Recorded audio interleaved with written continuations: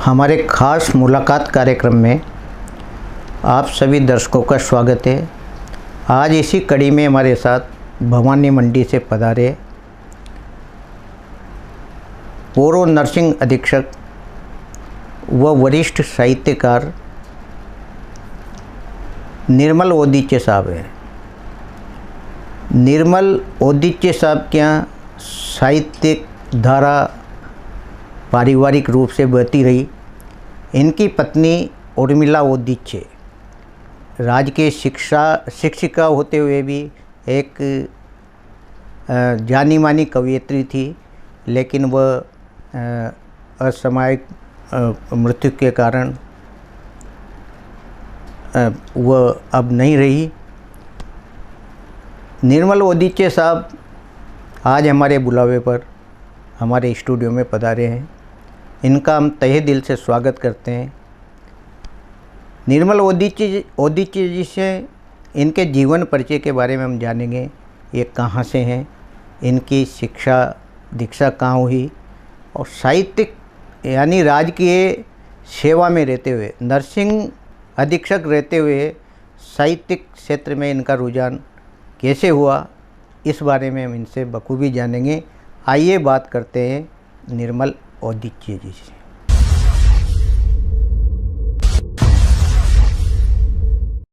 निर्मल जी, आपका हमारे स्टूडियो में बहुत बहुत स्वागत है। आपका बहुत बहुत धन्यवाद। निर्मल जी, आप अपने जीवन परिचय के बारे में हमारे दर्शकों को बताएं। आप कहाँ से हैं, शिक्षा दीक्षा आपकी कहाँ हुई, और कब आप नर्सिंग अधीक्षक होते हुए भी आपका साहित्य सृजन कब से शुरू हुआ? मैं झालावाड़ ज़िले के मनोर थाना तहसील में एक गांव में छोटा जावर जी वहाँ मेरा जन्म हुआ, और मेरी प्रारंभिक शिक्षा शुरू की 1 साल श्री शांतिनाथ जी जैन दिगंबर मंदिर की पाठशाला में पाटन हुआ। पाटन मेरा ननियाल है। जी। फिर वापस मैं कक्षा 8 तक जावर पढ़ा, और जब मैं कक्षा 6ठी में था तब से ही मेरे लेखन की रुचि जागृत हो गई थी। मैं हमारे हरे भरे खेतों में मटर की फलियाँ, फूल, सरसों देख के काफ़ी प्रभावित होता था। वहाँ नदी भी थी, प्राकृतिक बहुत चीज़ें मुझे विरासत में मिली। जी। और 1967 में जब मैं 7वीं कक्षा का विद्यार्थी था, तब मैंने एक रचना बाल भारती में छपाने के लिए भेजी थी। जी। उसका नाम था चाय नहीं अमृते भाई। वो जब पहली बार छपी तो मुझे बहुत अच्छा लगा। उस समय बाल भारती पत्रिका का वार्षिक शुल्क 4 रुपये हुआ करता था, जो हम पैसे बचा के अलग से हमारे निजी तौर पर मंगाते थे। जी। और वहाँ से 8वीं पास करने के बाद फिर मैं 9th-10th में वापस पाटन आ गया। मैंने साइंस बायोलॉजी ली। वहाँ से मैंने सेकेंडरी किया 1972 में। फिर 73 में मैंने हायर सेकेंडरी विज्ञान से किया। बीएससी फर्स्ट ईयर मैंने झालावाड़ के गवर्नमेंट कॉलेज से किया। उस समय डॉक्टर रामचरण जी महेंद्र हमारे प्रिंसिपल हुआ करते थे, और डॉक्टर नरेंद्र नाथ चतुर्वेदी हमें हिंदी पढ़ाया करते थे। जी। बहुत अच्छा कॉलेज कहने को था, पर वो स्कूल जैसा वातावरण, अनुशासित वातावरण में हम रहे। फिर सन 74 से मैं उदयपुर रविन्द्रनाथ टैगोर मेडिकल कॉलेज में, जो वहाँ नर्सिंग महाविद्यालय था, उससे मैंने डिप्लोमा नर्सिंग में किया। जी। और उसके बाद फिर मैं जुलाई 77 से राजकीय सेवा में आ गया। मेरी प्रथम नियुक्ति मेल नर्स 2य श्रेणी, जिसको अब आजकल नर्सिंग अधिकारी कहते हैं, जी हुई। और फिर मैंने मेरा अध्ययन प्राइवेट तौर पर जारी रखा। 1980 में मैंने ग्रेजुएशन किया हिंदी इंग्लिश इकोनॉमिक्स के साथ। फिर मैंने सन 84 में एमए हिंदी से किया, और फिर हम नौकरी करते रहे। ऐसे करते करते मेरे प्रमोशन होते रहे, और मैं नर्सिंग अधीक्षक से सेवानिवृत्त हो गया। उसके बाद फिर जो हमारा साहित्य के प्रति जो रुझान था वो बढ़ता गया। इस बीच भी राजकीय सेवा में होते हुए भी कभी कभी समय निकाल के लिखते, विभागीय मंच संचालन करते, महाविद्यालय विद्यालयों में, विद्यालय पत्रिका वगैरह में, अखबारों में अपनी रचनाएं छपी देखकर बहुत अच्छा लगता था। हमारे गुरुजी वगैरह सब हमें प्रोत्साहन भी करते थे। और फिर उसके बाद मैं सेवानिवृत्त हो गया। सेवानिवृत्त होने के पहले सन 93 या 94 में भवानी मंडी में अखिल भारतीय साहित्य परिषद की शाखा का प्रथम बार गठन हुआ। उसका मैं और मेरी श्रीमती दोनों में स्थायी सदस्य रहे हैं और मैं संयोजक भी रहा हूँ। इस तरह से हमारी काव्य यात्रा चल निकली और हम काव्य गोष्ठी और छोटे मोटे कवि सम्मेलनों में जाने लगे। 1900 निर्मल जी, आप के घर में यानी दोनों पति पत्नी आप साहित्य क्षेत्र में रहे। जब आपकी शादी नहीं हुई थी तो उस समय भी आपकी पत्नी लिखती थी? हाँ, एक बार मैंने भवानी मंडी में जी मेरी मिसेज की डायरी देखी तो वो गाती बहुत बढ़िया थी। मैंने डायरी देखी तो पढ़ा, उसमें वो लिखती भी थी और उसका आकाशवाणी में जाने का रुझान शुरू से ही था। जी जी। बचपन में वो एक आलिया कहता ना, उसमें पर्दा लगा के अंदर से गीत गाती, छोटे बच्चे बाहर सुनते, ये रुचि पहले से ही थी। तो लिखती तो पहले से ही थी, पर जब वो बीएड कर रही थी भीलवाड़ा से और जो वहाँ से आई तो एक बार वहाँ के स्थानीय काव्य गोष्ठी के जो संयोजक वगैरह थे उन्होंने कहा कि भाई भाभी जी आए तो उनको भी लाना। फिर मैंने उनको प्रेरित किया और नियमित काव्य गोष्ठी में जाते रहे। जी निर्मल साहब, आपकी पत्नी ने भी जो साहित्य लिखा वो एक पुस्तक प्रकाशित के रूप में सामने आया, तो कौन सी पुस्तकें थी उनकी जो उसमें जो समाज के सामने लाई हुआ? एक तो उनकी धरोहर पुस्तक है जी, जो मैं लेकर आया हूँ। एक यह है संवेदना के स्वर जी, और अभी पांडुलिपि में पढ़ी जो मैंने छपानी भी है। उन्होंने कुछ पत्रिकाओं का संपादन भी किया है और वो काफ़ी संगठनों से जुड़ी थी, मारवाड़ी महिला संगठन, लायंस क्लब, इन सब में उसको जो साहित्य के हिसाब से पूरा सहयोग रहता था जी। और फिर हमारा इलाहाबाद में श्रीधर जी शास्त्री जी से मिलना हुआ, हिंदी साहित्य सम्मेलन के प्रधानमंत्री थे जी जी। वहाँ गिरधर जी मालवीय, मदन मोहन जी के पोते जी, केसी नाथ जी त्रिपाठी, पूर्व राज्यपाल, इन सब के संपर्क में आए और वीणा परिषद और इसमें हम प्रतिवर्ष वो जहाँ जहाँ भी हमें बुलाते कवि सम्मेलनों में, कार्यक्रमों में हम जाते रहे हैं। जी जी। वहाँ पे शाम जी विद्यार्थी भी हमारे रिश्तेदार भी थे और वो भी यहाँ कोटा में रह चुके हैं आकाशवाणी में जी। उनके यहाँ भी हमारा आना जाना था और इस तरह से हमारी काव्य वो चलती रही। सबसे पहले क्या हुआ कि जोधपुर से मरु गुलशन एक पत्रिका आती है जी, तो उसके अनिल जी अनवर संपादक हैं। अच्छा। तो उनके जो प्रेम शंकर तिवारी जो उनके संरक्षक थे उनका देहावसान हो गया था। तो पहली बार मैंने उनकी श्रद्धांजलि में कुछ मुक्तक लिख के भेजे, वो उन्होंने पढ़े और उनको प्रकाशित किया। उसको फिर डॉक्टर अवधेश सोत्री जी ने कानपुर में पढ़ के और उनके जितने भी संकलन वगैरह साझा सब में हमारी रचनाएं उन्होंने प्रकाशित की और हमारी काव्य यात्रा को गति मिलती गई। जी। कोई रचना आपकी और सुनाए। अधर कप कपा रहे, स्वर संकुचा रहे, छलक उठा नेह नीर बन के शब्द आ रहे। वाह, बहुत बढ़िया। नेह भाषा ही की मसी चक्षु नीर की, उमंग बने लेखनी भाव लिपि पढ़ रही। वाह। तन सारा ग्रंथ सम कोश ये अनंत है, अंग अंग पृष्ठ पृष्ठ अनुक्रम दंत है। कहीं गीत कहीं छंद, कहीं गीत कहीं छंद गजल रुबाई है, कहीं गिरी कहीं सम सागर गहराई है। पशु जब से आदमी के करीब हो गया, पशु जब से आदमी के करीब हो गया और उसका नसीब गरीब हो गया। हाँ, क्या बात है। संगति से बच सका न कोई, हाय उसका कैसा नसीब हो गया। पशु जब से आदमी के करीब हो गया। वियोग की ये रागनी कौन जो सुना गया, वियोग की ये रागनी कौन जो सुना गया। भूल गए स्वप्न की याद जो दिला गया, भूल गए स्वप्न की याद जो दिला गया।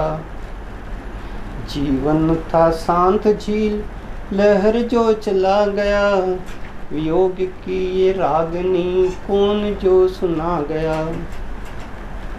फूल अभी खिला नहीं तोड़ के चला गया, सुगंध की चाह को और वो बढ़ा गया। वाह, बहुत बड़े। वियोग की ये रागनी कौन जो सुना गया, भूल गए स्वप्न की याद जो दिला गया।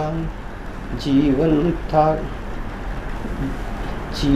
था एक दर्पण तोड़ के चला गया, खंड खंड जोड़ के दिखा गया।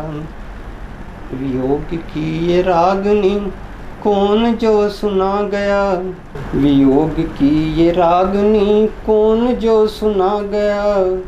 भूल गए स्वप्न की याद जो दिला गया, भूल गए स्वप्न की याद जो दिला गया। रात दूर थी तभी जागते सुला गया, दर्पण था खंड खंड जोड़ के दिखा गया। वियोग की रागनी कौन जो सुना गया, फूल अभी खिला नहीं तोड़ के चला गया, सुगंध की चाह को और वो बढ़ा गया। घर अभी बसा नहीं तोड़ के चला गया, सपने सारे शेष थे भूत में समा गया। वियोग की ये रागनी जीवन था शांत झील लहर जो चला गया, कल कल का एक स्वर बांट के चला गया। सूख गई झील में रेत को दिखा गया, वियोग की ये रागनी कौन जो सुना गया। धार बनकर बहो, धार बनकर बहो, नदी जैसे बहो, ताल बनकर ठहरना नहीं जिंदगी। अरे वाह, क्या बात। धार बनकर बहो, नदी जैसे बहो, ताल बनकर ठहरना नहीं जिंदगी। चेतना के किसी भी नयन से उठो, तुम किसी पर नजर भी रखो तो सही। जिंदगी में रही अनगिनत खामियां, जिंदगी में रही अनगिनत खामियां, तुम किसी से सीख लो तो सही। मेघ बनकर चलो, मेघ बनकर चलो, आस देकर चलो, आग बनकर बरसना नहीं जिंदगी। वाह, क्या बात है। भावना के किसी भी डगर से मिलो, नीर जैसे मिलते मिलाते चलो। काल से सीख लो, काल से सीख लो, गुनगुनाते चलो। जिस सफ़र पर चलो उस डगर पर चलो। एक पल ही जियो, खिल कर ही जियो, फूल बनकर बिखरना नहीं जिंदगी। सूल को भूल जाओ अभी तो जरा, सूल को भूल जाओ अभी तो जरा। आस की नौ किरण दिखाते चलो, भावना की किसी भी जगह से उठो, फूल बनकर सदा खिलखिलाते रहो, नीर जैसे चलो, नीर जैसे चलो, वेग से ही चलो, सेल बनकर ठहरना नहीं जिंदगी, धार बनकर बहो, नदी जैसे बहो, ताल बनकर ठहरना। बहुत बढ़िया निर्मल जी, वास्तव में बहुत अच्छी रचना आपने सुनाई। निर्मल जी, आपने जो साहित्य सृजन किया, यानी पुस्तक आपने की प्रकाशित हुई, तो उस पुस्तकों में आपने समाज के लिए क्या दिया? मेरी हर एक रचना कोई न कोई संदेश देती है जी। समाज की कुरीतियों को, और उनको मैं मनोवैज्ञानिक तौर से जो जन सामान्य, उनको मैं उन्नत करने का प्रयास करता हूँ। बिल्कुल। और मैं उनको आशावादी बनाने का काम करता हूँ, राष्ट्रीयता के भाव भरता हूँ, और मैं उनमें ये सब कुछ देता हूँ जो उनको निराशा दूर करके एक अच्छे मार्ग और अच्छे राष्ट्रभक्त के रूप में वो अग्रसित हो सकें और तन मन से सुखी रह सकें। जी। आज के जो युवा हैं, जिस दौर से गुजर रहे हैं, उसके बारे में आप साहित्य के रूप में क्या संदेश देना चाहेंगे?